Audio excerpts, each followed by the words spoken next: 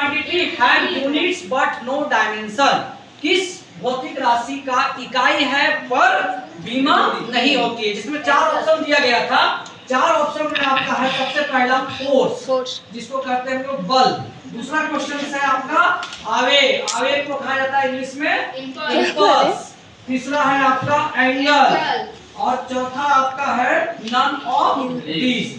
तो इसमें जो सबसे सटीक आंसर होगा वो क्या होगा? एंगल। क्योंकि फोर्स का आप जानते हैं डायमेंशन होता है। फोर्स का डायमेंशन कितना होता है? MLT minus power -2। इंपल्स का डायमेंशन बताओ? MLS square T minus 2। Impulse का फॉर्मूला था F × T। तो F कितना हो गया? M L T पर power minus T। ML T पर पावर -3। M L T पर पावर -1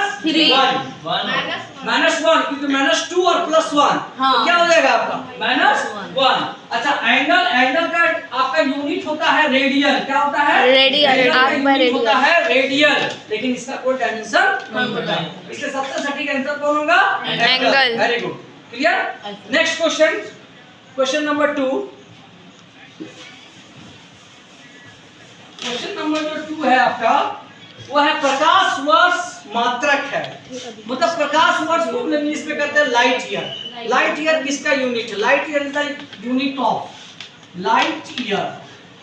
ये बहुत इंपॉर्टेंट क्वेश्चन है। ये हर बार एक बार जेपीएससी के भी एग्जाम में ये क्वेश्चन पूछा था कि लाइट ईयर किसका यूनिट कहा जाता है। तो ठीक है, तो light year is the unit of which quantity? सबसे पहला नंबर का यहाँ ऑप्शन में दिया गया है टाइम।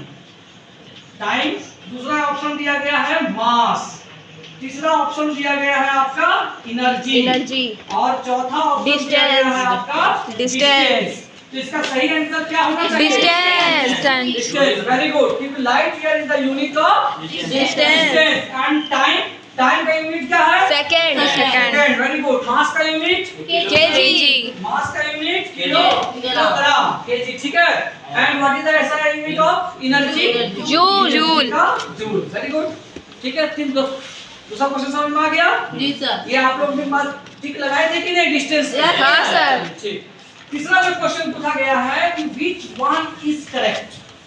इनमें से कौन सही है? Which one is correct? तीसरा क्वेश्चन है आपका which one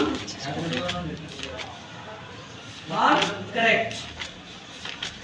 पहला नंबर क्वेश्चन नंबर 1, ठीक है, ऑप्शन 1 कि distance is equal to displacement.